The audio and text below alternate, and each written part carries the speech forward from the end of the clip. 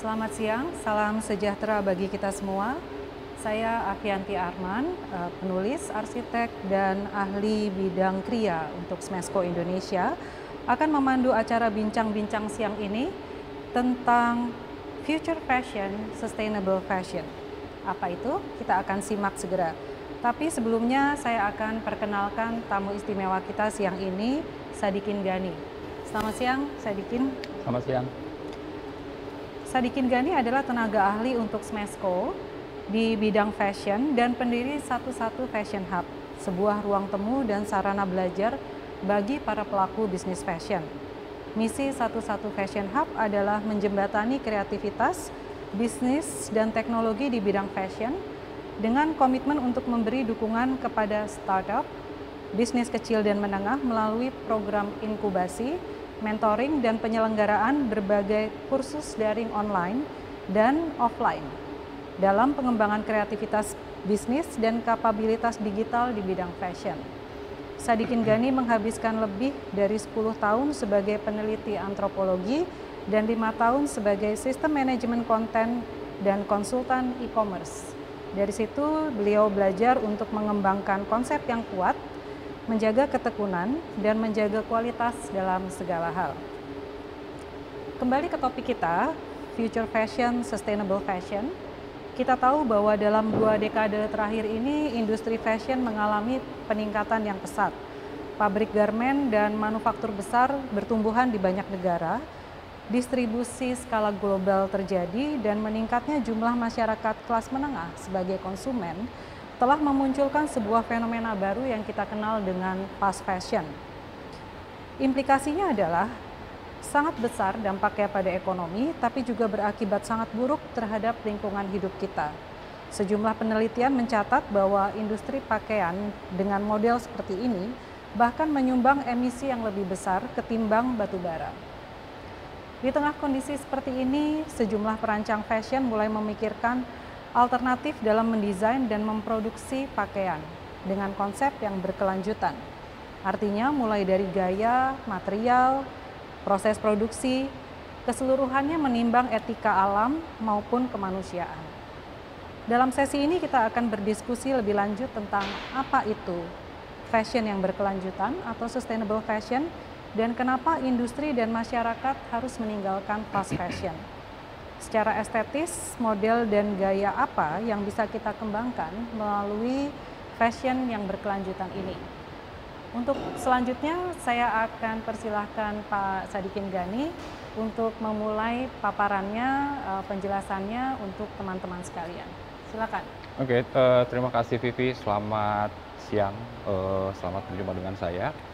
Hari ini kita akan membahas satu topik yang terutama setelah COVID itu semakin menguat, isu ini diperbincangkan.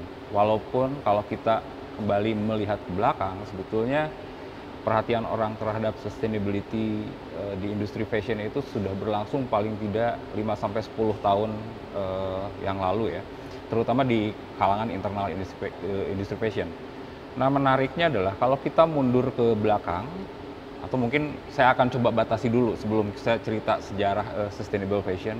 Kalau kita bicara future fashion, bicara sustainable fashion, itu paling tidak dalam pemahaman saya mengandung 2 makna. Pertama, kalau kita bicara future fashion berarti fashion future berarti kita bicara sebuah cita-cita yang mau kita capai di kemudian hari, yang itu harus dimulai dari sekarang. Terus yang kedua, cita-cita itu seperti apa? Cita-cita itu adalah satu, kalau dalam konteks industri fashion, itu satu kondisi di mana industri yang punya spirit atau berdasarkan semangat untuk membuat kehidupan menjadi lebih baik, lingkungan lebih baik. Jadi setidaknya ada 2 isu yang ada di situ, adalah isu lingkungan dan isu kemanusiaan.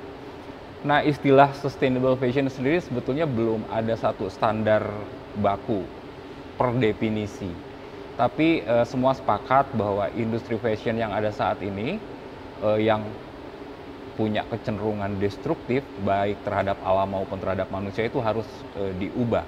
Dan itu menjadi menguat setelah COVID.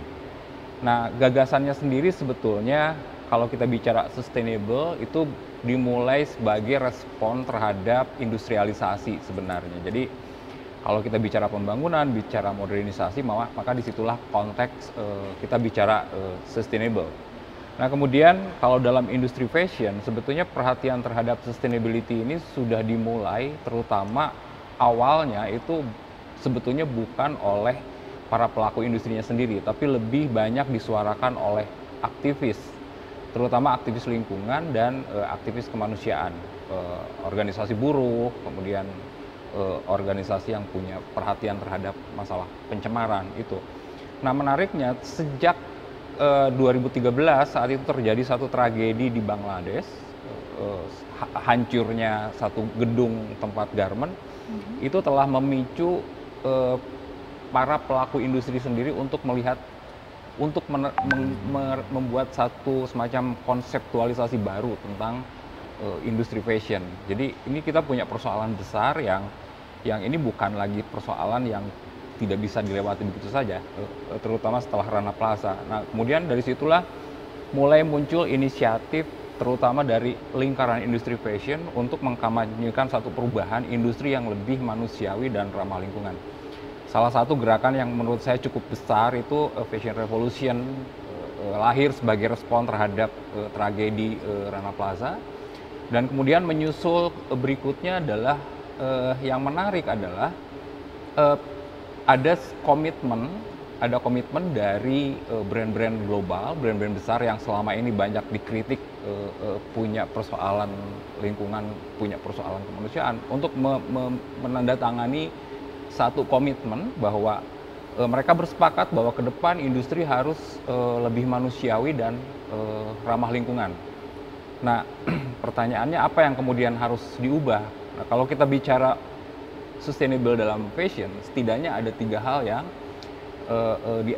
yang dituju untuk diubah, yaitu pertama adalah produksi, cara produksinya harus berubah, kemudian sistem fashionnya berubah. Nah, di sistem ini ada satu hal yang menarik adalah, terutama setelah COVID, muncul satu ide untuk membuat schedule baru dalam industri fashion yang selama ini spring, summer, fall, winter, dan menurut satu sumber bahkan fashion itu sudah sampai 52 musim dalam setahun. Kita bisa bayangkan bagaimana sebuah 52 musim, ada sekian banyak brand, berapa juta pakaian yang diproduksi, dan itu kemudian menjadi sampah gitu ya, dan membebani lingkungan. Kemudian yang ketiga adalah perubahan atau transformasi di desain. Jadi kalau kita bicara sustainable itu bicara mulai dari gagasan sampai ke action. Jadi bukan cuma sekedar statement, oke, kita harus ramah lingkungan dan seterusnya. Dan yang menarik lagi adalah di level desainer yang selama ini mungkin dianggap kurang cukup memperhatikan itu, dengan konsep sustainable, seorang desainer bukan hanya membuat sebuah karya, sebetulnya diharapkan dia pun menjadi seorang edukator, seorang aktivis untuk terus mengkampanyekan gagasan keberlangsungan ini. Kalau ini tidak diubah, saya tidak akan menyebut brand, tapi ada brand-brand yang masuk kategori fast fashion, misalnya dia mampu memproduksi pakaian dalam setahun itu sampai 600 juta potong. Bahkan menurut satu hasil penelitian, baju itu baru setahun itu udah di tempat sampah itu umur baju. Nah ini juga jadi isu bagaimana sekarang brand atau desainer didorong untuk membuat satu karya itu yang umurnya lebih panjang. Sustainability, circular economy itu 2 hal yang tidak terpisahkan. Nah pertanyaannya kemudian adalah, apakah gagasan dan praktik ini ke depan realistis nggak gitu kan? Pertanyaan kalau dilihat dari kacamata bisnis dan ekonomi, pasti orang berpikir, emang kalau misalnya kita membuat satu produk yang sustainable, apakah pasar bisa merespon itu? Nah yang menarik adalah kalau kita lihat misalnya laporan dari State of Fashion-nya Business of Fashion tahun 2020, bahwa ke depan sekitar 2030 itu konsumen terbesar dari industri fashion adalah generasi Z. Nah generasi Z, menariknya adalah bahwa generasi ini dibandingkan generasi sebelumnya disebut sebagai generasi yang cukup punya kepekaan terhadap isu-isu lingkungan dan sosial. Jadi kalau saya bicara misalnya, apakah ke depan realistis di atas kertas, itu sangat realistis karena kita menghadapi satu konsumen yang akan tumbuh itu di sekitar 10 tahun lagi itu adalah generasi Z dan mereka punya kepedulian terhadap lingkungan. Nah, kalau kita membuat satu produk yang sesuai dengan harapan mereka tuh secara bisnis itu bisa sangat menguntungkan. Nah, lalu oke, katakanlah misalnya kita ke depan pasar ada potensi untuk sustainable fashion, pertanyaannya apa yang harus kita siapkan hari ini karena 30 tahun 2030 itu 10 tahun itu bukan waktu yang lama, pendek gitu ya. Nah, disinilah saya menekankan pentingnya satu kolaborasi, bukan hanya para pelakunya sendiri, tapi juga dari pemerintah, dari swasta, kemudian dari pihak-pihak yang memang punya concern terhadap industri fashion. Ini harus kerjasama. Jadi mungkin sekarang isunya bukan lagi kalau kita bicara dalam konteks bagaimana mengembangkan UKM katakanlah ya, UKM di sektor fashion, bukan cuma sekedar mendorong mereka harus ekspor, mendorong mereka harus pemasaran yang baik, tapi juga harus mengubah mulai dari cara pikir, cara produksi, distribusi gitu ya. Itunya harus berubah dan saya pikir pengembangan ke depan itu bukan hanya sebatas ke bagaimana mendorong kapabilitas pelaku bisnis fashion ini di level cara produksi atau bisnis yang konvensional, tapi lebih harus berorientasi pada hal yang lebih sustainable. Dan kalau kita perhatikan perkembangan sekarang, ada begitu banyak institusi yang juga mensupport itu secara global gitu. Apalagi sekarang didukung dengan perkembangan teknologi internet, kita punya akses ke sekian banyak institusi yang mendukung sustainable fashion. Mulai dari edukasi di level edukasi, kemudian di level praktik itu sudah banyak. Dan ke depan Indonesia adalah salah satu penandatangan kesepakatan untuk SDGs. Jadi ini baik di level industri maupun di kebijakan pemerintahan 10 tahun lagi itu mengarah ke sustainability dan saya pikir itu menjadi momen yang strategis untuk para pelaku industri fashion di tanah air untuk menyiapkan merespon 5-10 tahun yang akan datang. Jadi kalau ditanya peluangnya gimana, peluangnya besar. Secara ekonomi kan akan sangat menyenangkan kalau secara ekonomi berhasil, lingkungan kemudian menjadi lebih baik, kehidupan manusia juga menjadi lebih baik. Kurang lebih seperti itu. Oke, terima kasih. Sebelum nanti kita bacakan pertanyaan-pertanyaan dari para pemirsa melalui webinar, saya ingin minta dijelaskan lagi sedikit tadi dari paparan Sadikin. Memang sepertinya ideal sekali ya kalau kita lihat bahwa ke depan dengan menerapkan sustainable fashion kita akan punya lingkungan yang lebih baik, tapi juga satu etika berfashion yang lebih baik juga. Tapi sebetulnya yang menjadi pertanyaan adalah implementasinya, bagaimana mempertemukan sistem kapitalis yang menuntut keuntungan sebesar-besarnya, dengan demikian melakukan eksploitasi sebesar-besarnya juga baik terhadap sumber daya alam maupun terhadap sumber daya manusia dengan tuntutan sustainable fashion yang justru mengerem laju industri. Ya, oke. Ini kalau kita bicara sistem ekonomi, satu sistem ekonomi yang mengambil keuntungan sebesar-besarnya dan mengurangi risiko sekecil-kecilnya mereka untuk akumulasi. Sebetulnya yang menarik adalah sistem itu akan berkembang kalau dia terus memperbaiki diri. Dan kalau menurut saya, sekarang mulai sadar bahwa sistem kapitalisme yang konvensional itu melihat kalau ini terus dipaksakan, industri akan mati juga pada akhirnya. Dan begitu rentan, terutama setelah COVID. Setelah COVID itu banyak pihak disadarkan bahwa rantai pasokan misalnya, rantai pasokan industri fashion yang begitu panjang dan jauh gitu ya, begitu ada COVID itu sangat terpukul. Tapi untuk yang rantai pasokannya pendek itu malah lebih survive dibandingkan dengan rantai pasokan yang panjang selama ini. Makanya salah satu kemudian isu yang dimunculkan adalah oleh para pelaku industri global adalah ke depan kita harus mengubah satu model bisnis di mana rantai pasokannya itu lebih pendek. Jadi kata kuncinya adalah localized. baik itu distribusinya, materialnya, semuanya harus yang lokal. Untuk salah satunya itu tadi, untuk mengurangi barang yang jauh itu kan memakan energi untuk sampai ke satu tempat. Seperti itu. Oke, menyambung dari penjelasan tadi, karena kita bicara mengenai localize, bagaimana memendekkan rantai pasokan dan dengan demikian mengurangi biaya produksi. Bagaimana Sadikin kemudian melihat praktik usaha fashion di Indonesia saat ini? Karena kan kita tidak bisa bilang bahwa industri fashion atau bisnis fashion di Indonesia ini sudah ideal.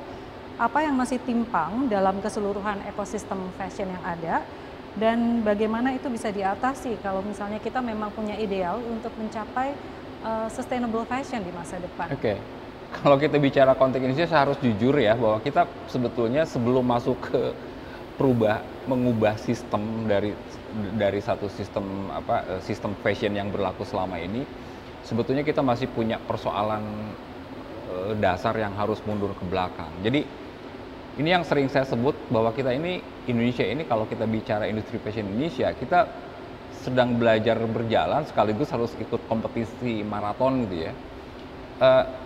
Dua hal yang menurut saya pekerjaan rumah yang harus kita kerjakan adalah bagaimana membangun bisnis yang sekarang lebih profesional. Kalau di level para pelaku usaha kecil menengah misalnya, bagaimana itu membangun satu model bisnis yang lebih profesional. Terus yang kedua adalah menerapkan gagasan, mungkin dimulai dengan gagasan dulu, gagasan dan praktiknya. Nah, tapi gagasan dan praktik sustainable itu kalau tidak didukung dengan satu iklim industri yang selaras dengan itu akan sulit. Contoh misalnya, kita tidak bisa memaksa atau mengharapkan jenama lokal untuk menjadi sustainable kalau iklimnya tidak memungkinkan untuk itu. Mereka mencari bahan misalnya yang lebih ramah lingkungan. Apakah tersedia di sini? Kan tidak.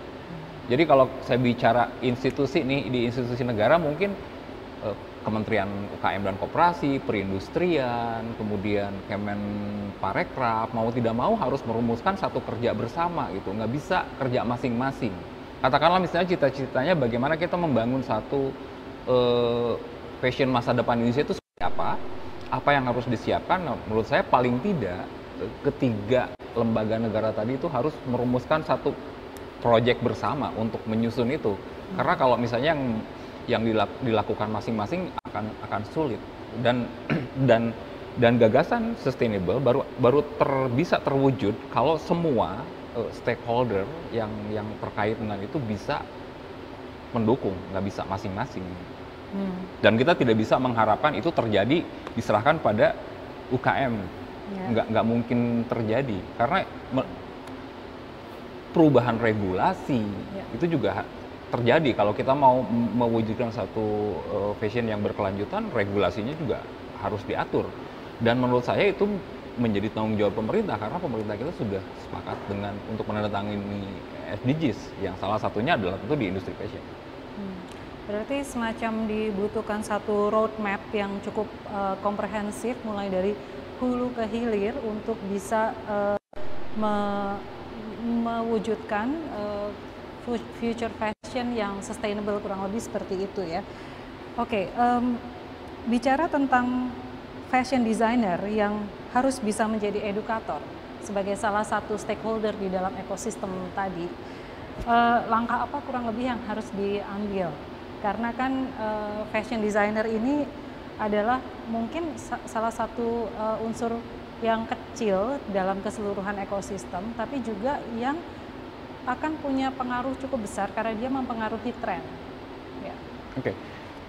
Kalau saya ini sebelum saya bicara Indonesia, saya akan cerita dulu di level global. Itu saya mengamati cukup lama perkembangan industri fashion di Inggris. Kenapa saya tertarik dengan Inggris? Karena mereka menurut saya negara yang cukup baik membuat satu sistem fashion yang cukup baik. Salah satunya adalah mereka tidak menyebutnya sebagai sustainable fashion, tapi menyebutnya sebagai fashion ethic. Gitu. Fashion ethic itu sebetulnya satu program pendidikan, terutama untuk para desainer di Inggris, mengajak mereka untuk komit terhadap masalah keberlanjutan di industri fashion. Kemudian mereka mensupport itu bukan cuma sekedar edukasi, tapi juga memberikan dukungan bisnis, kemudian dukungan pengetahuan bagaimana misalnya mendesain yang lebih sustain gitu ya. Nah selain itu juga kalau kita melihat inisiatif yang dimulai oleh masyarakat juga muncul inkubasi untuk produk-produk fashion yang lebih sustain. Salah satunya adalah Fashion Heroes, itu inisiatif untuk mendukung mereka yang menerapkan atau mempraktikkan sustainable fashion.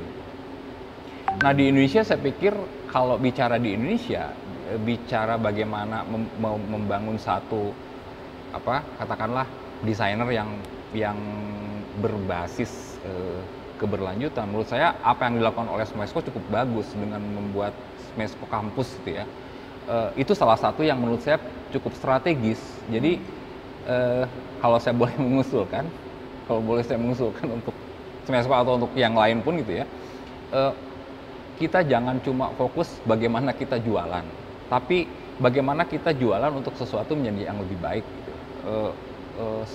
Ya, Smesco Campus bisa menjadi satu harapan sebagai awal untuk membangun satu mulai menularkan satu prinsip kita berbisnis secara lebih manusiawi dan ramah lingkungan. Kalau untuk di institusi pendidikan formal saya kurang tahu perkembangannya. Tapi kalau yang saya tahu di Inggris itu mereka menjadikan salah satu materi sustainable fashion itu menjadi salah satu bahan materi kuliah yang wajib untuk siswa fashion design. Oke. Sebelum melanjutkan obrolan dengan Sadikin Ghani, buat para pemirsa, teman-teman yang mengikuti webinar ini bisa mengirimkan pertanyaan untuk Sadikin Ghani. Sayang sekali kalau kesempatannya dilewatkan karena jarang-jarang Pak Sadikin Ghani mau berbagi, sharing melalui kesempatan seperti ini. Jadi silakan tulis pertanyaannya, nanti akan kami bacakan. Oke, Sadikin, tadi ada disebutkan mengenai inkubasi, mengenai bagaimana sebuah perubahan itu bisa dimulai dari inkubasi-inkubasi yang nantinya akan menjadi sebuah inisiatif yang cukup progresif di dalam usaha-usaha untuk mencapai fashion yang berkelanjutan. Apa yang dibutuhkan oleh inkubasi-inkubasi seperti yang tadi dicontohkan di Inggris gitu? Apa yang dibutuhkan dan apa yang menjadi prasyarat? Oke, ada banyak. Sebetulnya ada dua kategori kalau kita mau menginkubasi. Dan ini menurut saya kalau untuk diterapkan di Indonesia juga bagus gitu ya. Pertama adalah inkubasi itu diberikan pada jenama lokal yang memang baru mau memulai dan jenama lokal yang sudah berkembang. Nah, sebetulnya kalau kita bicara dalam konteks sustainable fashion, yang baru mulai ini sebetulnya tugasnya akan dalam tanda petik akan lebih ringan dibandingkan yang sudah memulai. Karena yang sudah memulai itu sudah punya pola sendiri pengelolaan bisnisnya gitu. Sementara kalau yang belum mulai kan berarti dia membuat sesuatu untuk merespon perubahan itu. Nah, kalau yang yang sudah bisnisnya sudah running itu sebetulnya mereka pertama-tama adalah kalau kita bicara inkubasi, untuk inkubasinya mendorong mereka untuk mengubah model bisnis. Karena kita berkomitmen terhadap sustainable fashion misalnya, mengubah bahan baku, kemudian suppliernya berubah, cara produksinya berubah, itu akan mengubah model bisnis. Juga cara pendekatan untuk bisnis fashion konvensional itu tentu berbeda dengan yang sustainable fashion karena value-nya sudah lain. Bagaimana mereka berkampanye, bagaimana mereka proses produksi, distribusi setelah produksi. Karena kalau dalam beberapa brand jenama fashion yang sudah menerapkan itu, mereka berupaya untuk membangun satu ekonomi yang melingkar, circular economy. Jadi yang dulu orang kalau jualan baju selesai, paling setelah jual kalau misalnya mereka berhubungan dengan konsumen itu urusannya komplain. Tapi sekarang mulai ke repair. Jadi baju-baju yang sudah dipakai itu bisa diperbaiki. Kalau misalnya sudah tidak bisa diperbaiki, mereka harus supaya berputar, mereka ini dijadikan bahan yang untuk bahan yang lain. Nah, itu kan akan mengubah model bisnis sebuah usaha gitu. Itu yang harus yang harus diperhatikan oleh mereka yang sudah running bisnis. Nah, sementara yang baru ini dia akan lebih bisa adaptif sebetulnya terhadap tuntutan bisnis ke depan. Cuma ya lagi-lagi, apakah iklimnya mendukung atau tidak gitu. Ini seperti kita membuat mobil, sebelum membuat mobil ya harus ada jalan dulu gitu loh.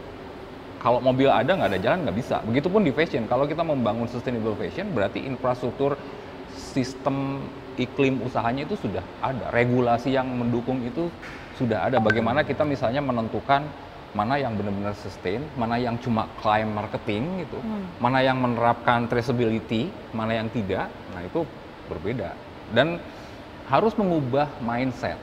Dulu orang bisnis itu menganggap bahwa beberapa persoalan dapur itu nggak boleh dibuka ke publik. Sementara kalau dalam sustainable fashion, dalam ekonomi yang harus transparan, bahkan ada satu jenama fashion global, itu mereka mempublish bukan hanya menjelaskan dari mana materialnya yang dipakai untuk baju, bahkan mereka membuka kontrak kerja dengan supplier, mempublish kontrak kerja mereka dengan buruhnya. Kemudian mereka menjelaskan bahwa katakanlah misalnya baju yang nilainya harga jualnya 1 juta, itu berapa persen untuk buruhnya, berapa persen untuk penjahitnya, berapa persen untuk perusahaan, berapa persen untuk donasi.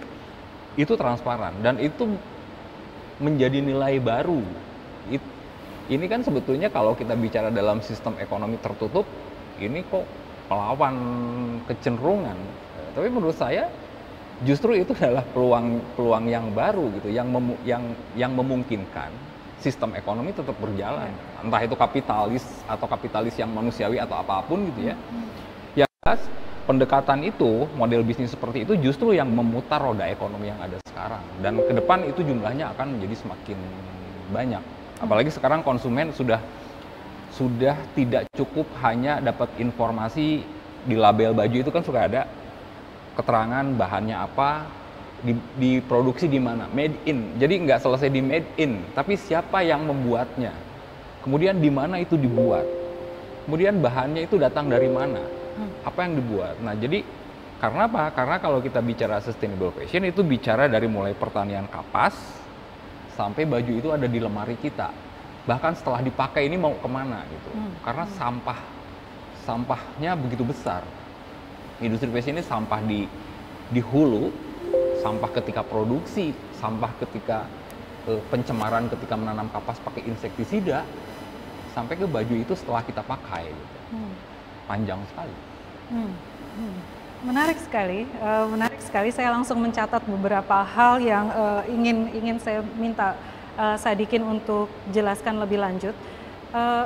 Tadi kita lihat ada satu perubahan perilaku ya dari bukan cuma produsen tapi juga konsumen.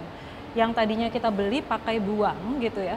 Sekarang nih rantainya menjadi lebih jauh dan bahkan mungkin akan kembali lagi seperti beli, pakai, repair dan kemudian beli lagi reuse, gitu, reuse gitu ya. Nah, ini berarti ada satu perubahan bisnis juga yang mungkin malah akan menambah satu titik baru lagi di dalam keseluruhan rantai produksi, yaitu tukang vermak gitu mungkin ya. Kalau zaman dulu kan ada satu jasa vermakis gitu ya, yang makin lama tuh makin tergerus, makin hilang oleh industri fast fashion. Mungkin sekarang dia akan kembali lagi ya, tukang permak Levi's. Sekarang permak itu justru menjadi bagian dari sebuah jenama. Jadi si jenama ini menyediakan satu fasilitas, satu servis untuk memperbaiki produksinya. Sekarang kan ada satu lokal brand misalnya, lokal brand tapi juga sebetulnya dikatakan lokal juga enggak, karena dia dari Indonesia tapi jualannya sudah global gitu ya. Mereka malah memberikan satu servis itu berupa jaminan. Kalau di elektronik itu istilahnya garansi. Jadi kita beli sepatu, sepatunya ada garansi. Kemudian kalau misalnya ada kerusakan bisa diperbaiki, itu salah satu caranya. Nah, itu nanti akan menjadi bagian dari servis yang diberikan oleh sebuah jenama lokal. Nah, servis lain yang juga menarik adalah dan ini juga akan mengubah model bisnis secara konvensional, bahwa jenama lokal sekarang menerapkan satu servis co-design bersama konsumen. Bukan hanya membuat satu desain untuk produk mereka, tapi juga si jenama ini juga menjadikan desainnya itu open source. Jadi diharapkan DIY si konsumennya. Jadi oke, saya kasih nih desain, kalau kamu suka baju ini, desainnya di-share, silahkan Anda bikin sendiri. Pertanyaannya, apakah itu menguntungkan? Nah, kadang-kadang ekonomi ini suka memang aneh itu. Justru itu yang membuat ketertarikan konsumen untuk menggunakan produk yang dilahirkan oleh brand itu. Empati, simpati, dukungan itu kan menjadi hal yang penting untuk ke depan. Jadi orang tidak lagi bisa, apalagi generasi Z. Generasi Z beda dengan generasi X yang berorientasi pada merek. Kalau dalam style, generasi Z akan lebih suka yang gue banget. Terus jelas. Kemudian mereka cenderung tidak mau sama. Jadi ini generasi yang memang sangat orientasinya tidak beda dengan yang dulu itu mereka menghindari yang sifatnya sejuta umat gitu loh. Mereka harus yang personal mereka banget gitu. Dan menurut saya model bisnis ke depan ya harus bisa merespon itu gitu loh. Bukan hanya memberikan sesuatu yang mereka harapkan, tapi melibatkan mereka dalam proses produksi. Istilahnya kalau di bisnis fashion itu co-design, jadi mendesain bersama. Entah itu mereka memberikan masukan untuk desain sebuah jenama, atau jenamanya memberikan desainnya untuk dibuat sendiri oleh konsumen. Ini menarik sekali ya co-design ini, karena kemudian menjadikan fashion itu menjadi sangat personal. Nah, ini mumpung kita sudah membicarakan mengenai konsumen, preference mereka, dan kemudian satu jenis bisnis baru, mungkin saya akan menanyakan mengenai hal itu. Berdasarkan trend forecast, terlihat bahwa generasi Z itu akan menjadi kelompok konsumen yang potensial di masa depan. Dan dengan kesadaran keberlanjutan yang baik, bagaimana hal ini harus disikapi dalam merencanakan bisnis. Tadi Sadikin sudah sempat menyebutkan mengenai munculnya titik-titik baru di dalam rantai produksi dan konsumsi, seperti misalnya repair, kemudian co-design gitu. Ada strategi lain nggak yang mungkin secara komprehensif bisa dijelaskan sebagai mungkin satu strategi yang cukup ideal gitu untuk menjangkau calon konsumen dengan potensi daya beli di masa depan? Oke. Mungkin kalau strategi rumus, saya nggak bisa kasih rumus, tapi mungkin saya mengajak kalau untuk para pelaku bisnis fashion, terutama yang jenama lokal, itu harus lebih peka untuk membaca tren. Tren ini dalam arti bukan tren desain gitu ya, tapi tren kehidupan orang ke depan. Nah, sekarang kan kalau kita bicara konsumen, dulu sering kita bicara soal segmennya itu A, B, C gitu ya. Kalau sekarang tidak lagi seperti itu, tapi berdasarkan generasi. Melihat psikologi setiap generasi, itu salah satu pendekatan yang banyak digunakan untuk merespon pasar di bisnis fashion. Jadi generasi ini profilnya seperti apa gitu. Nah, dinamika sosial, budaya, kemudian ekonomi tentu akan mempengaruhi gaya hidup orang, cara pandang orang. Kita tahu bahwa sekarang generasi Z itu generasi digital gitu ya, yang sejak lahir sudah melihat monitor itu pasti tangannya gini gitu loh. Beda dengan generasi mesin ketik seperti saya. Nah, mereka punya punya gaya hidup, kebiasaan yang berbeda dengan generasi sebelumnya. Itu yang harus ditangkap. Mereka menggunakan media sosial, sama-sama menggunakan media sosial seperti saya, tapi perilaku terhadap media sosial juga berbeda. Itu yang harus ditangkap. Jadi kecenderungan kalau secara praktis mungkin kita harus mencermati dinamika si generasi ini yang ke depan akan menjadi konsumen yang potensial. Bukan cuma sekedar gaya hidupnya, tapi juga cara mereka berpikir, cara mereka bergaya. Sekarang ini abad startup gitu ya. Kita lihat aja misalnya cara mereka bekerja, cara mereka beda dengan generasi X yang kerjanya itu kubikel. Mereka pakai celana pendek, pakai t-shirt, ruangannya ruangan seperti ruang bermain, bekerja dimanapun. Orientasi mereka bukan lagi orientasi 8 jam kerja, tapi orientasi output. Dimanapun saya kerja, yang penting outputnya oke, jadi gitu ya. Nah itu akan mempengaruhi banyak hal, termasuk dalam cara berpakaian. Mereka lebih rileks, lebih santai, lebih menunjukkan siapa saya. Mereka menghindari formalitas. Formalitasnya beda dengan generasi X atau generasi sebelumnya, generasi baby boomers misalnya. Nah itu yang harus diperhatikan, yang harus menjadi salah satu bagian yang harus lebih banyak diperhatikan oleh para pelaku bisnis fashion. Dan mereka sangat dekat dengan teknologi. Artinya, nah kalau kita bicara lagi ke Indonesia, kalau kita bicara UKM, bagaimana membangun satu menaikkan kapabilitas UKM untuk menghadapi ekonomi digital yang 2030 itu menurut prediksi 60% ekonomi dunia itu terjadi secara digital. Kita memasuki satu abad digital. Itu yang harus disiapkan. Jadi kalau kita, nah yang menarik, yang penting lagi adalah kalau kita bicara digital bukan cuma sekedar pemasaran, tapi mulai dari praproduksi, produksi, distribusi itu harus melibatkan itu. Tujuannya apa? Konsumen ke depan menuntut cara kerja yang cepat, efisien gitu, dan ini akan sangat terbantu kalau kita melibatkan teknologi. Mau tidak mau. Oke, beberapa catatan berarti apabila kita memang mau tap in ke future fashion, sustainable fashion, maka selain kita bicara dari preference generasi Z, tapi juga mengenai cara mereka bekerja, cara mereka hidup. Tapi kalau kita mundur ke belakang, maka tadi seperti sudah dikatakan oleh Sadikin, maka kita harus memikirkan apa itu dunia digital gitu ya, dan itu tidak sekedar mengenai pemasaran, tapi juga dalam keseluruhan proses produksi. Nah, apabila kita memang mau melakukan digitalisasi dari keseluruhan proses produksi, sebetulnya ini ada satu pertanyaan yang kemudian mungkin jadi mengganggu ya, bagaimana dengan tenaga kerja manusia? Satu itu.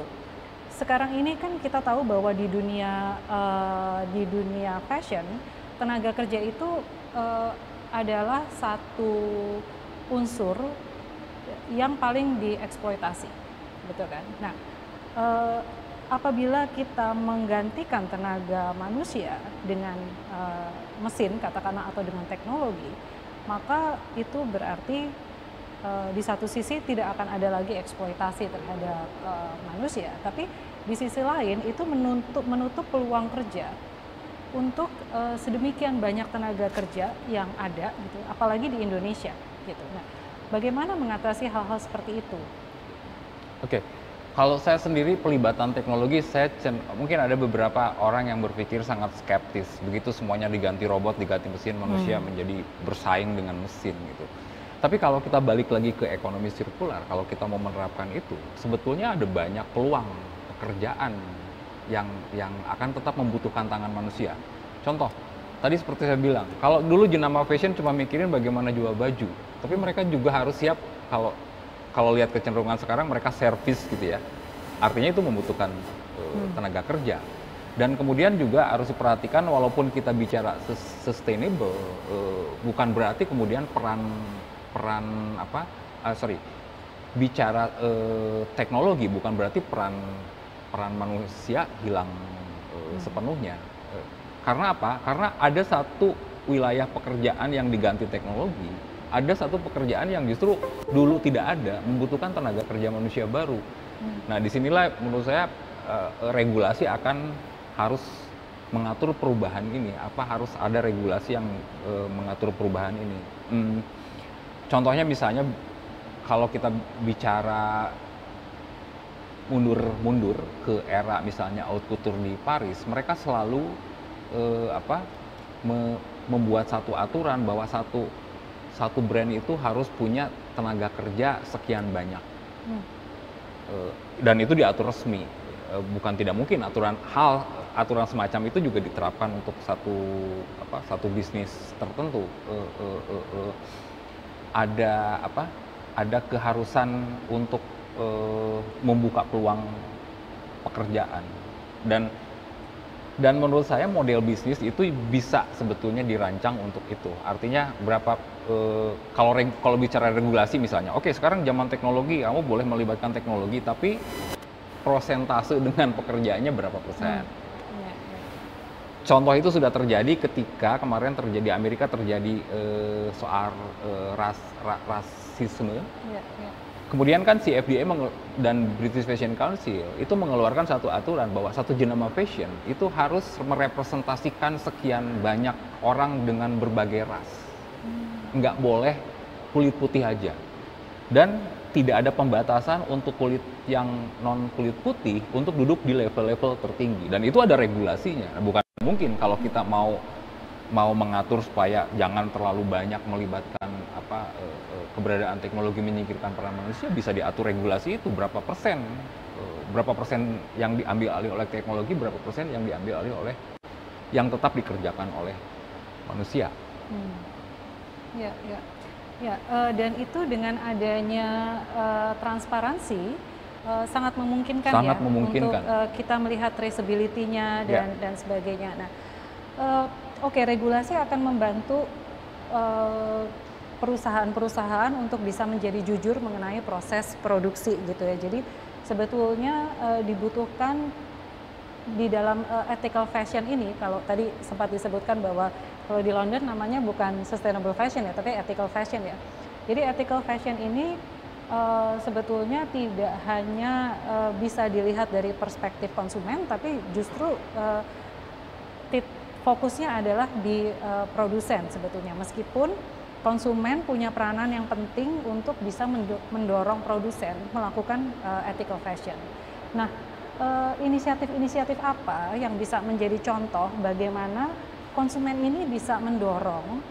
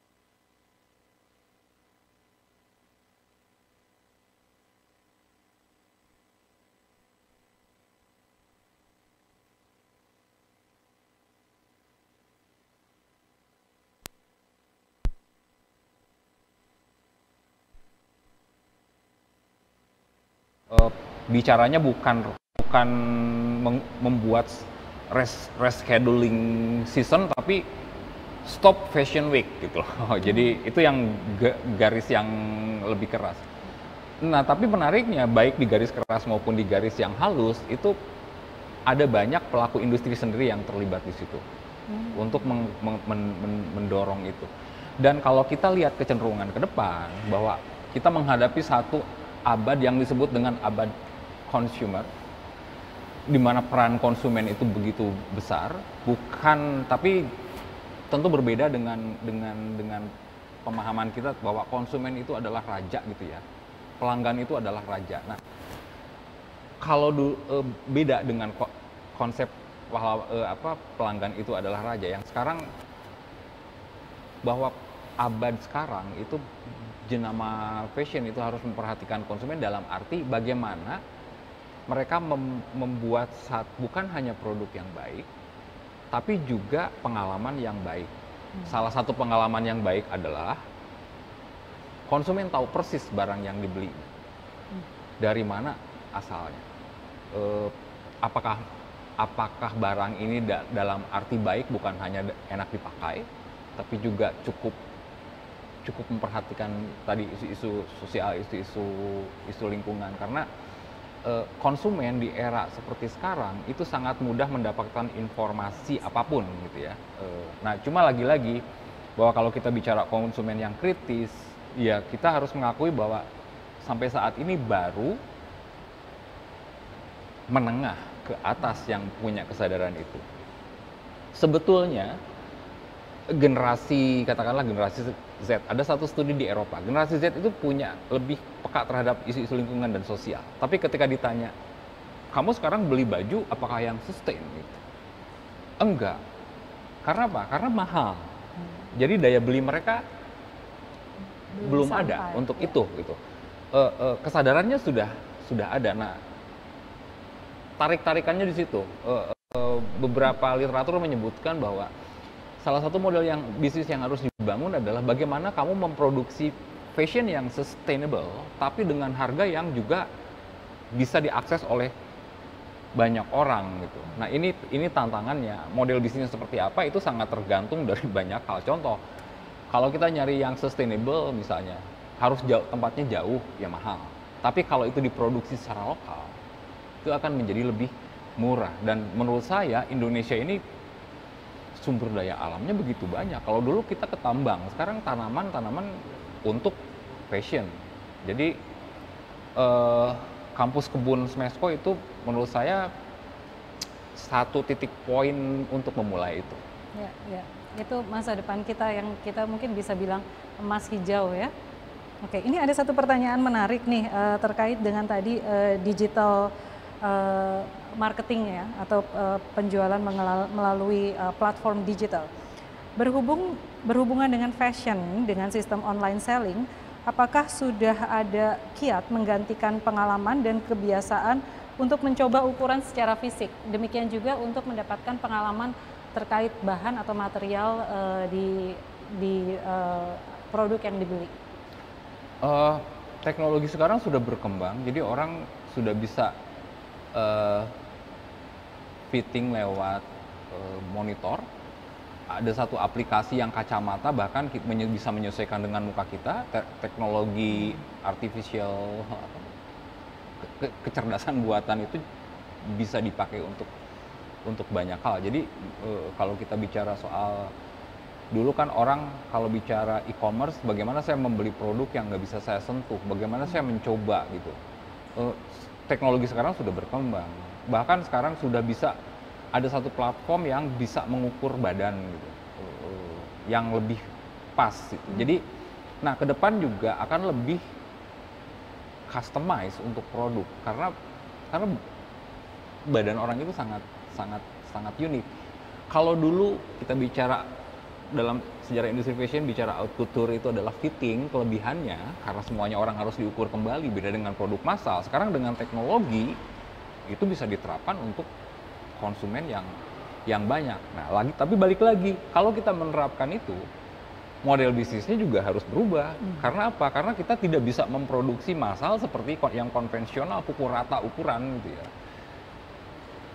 Konsekuensinya banyak begitu kita bicara perubahan sedikit aja, itu makanya salah satu rekomendasi bagaimana kita merespon atau mau mempraktikkan sustainable fashion adalah pertama berpikir di level kewirausahaan tadi, kemudian juga seorang desainer juga harus menjadi seorang aktivis, seorang edukator juga harus punya kemampuan untuk beradaptasi, merespon perubahan, bukan hanya merespon perilaku pelanggan, tapi juga merespon teknologi apa yang bisa digunakan untuk mendukung itu, model bisnisnya harus seperti apa yang harus diciptakan untuk mendukung itu. Jadi ini perubahan keseluruhan.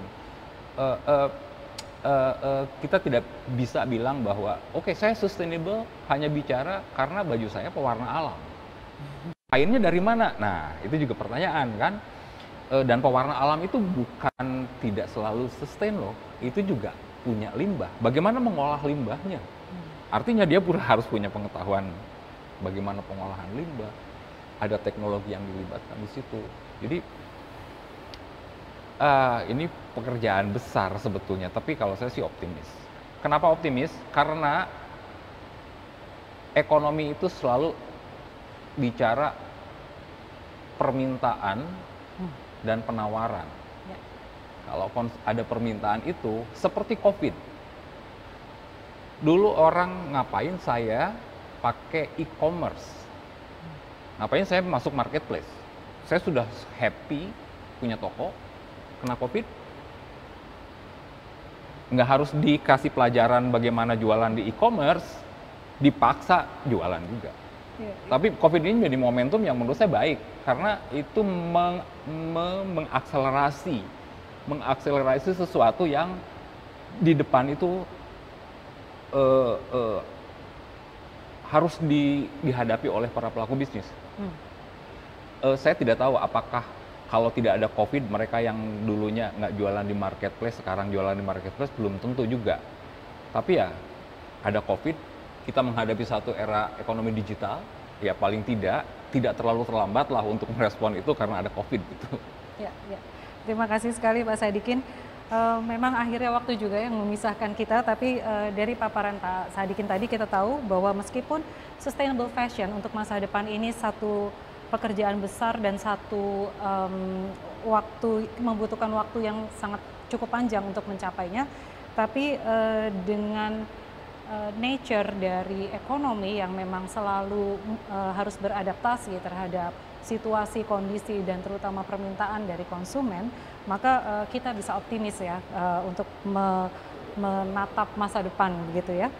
Catatan penting yang bisa kita ambil untuk hari ini dari pembahasan tentang future fashion, sustainable fashion adalah bahwa praktik keberlanjutan, kesetaraan, keberagaman, keterbukaan, dan keterlacakan, juga sirkularitas dan konsumsi kolaboratif diperkirakan akan menjadi arus utama model bisnis fashion di masa datang. Dengan demikian, para pelaku bisnis fashion harus terus berupaya menerapkan prinsip-prinsip berkelanjutan tersebut jika tetap ingin berkiprah di dunia fashion masa depan. Seperti itu ya, Pak Sadikin ya.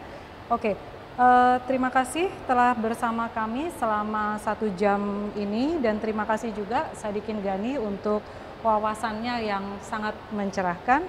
Sampai bertemu kembali dan salam sejahtera untuk kita semua. Selamat sore.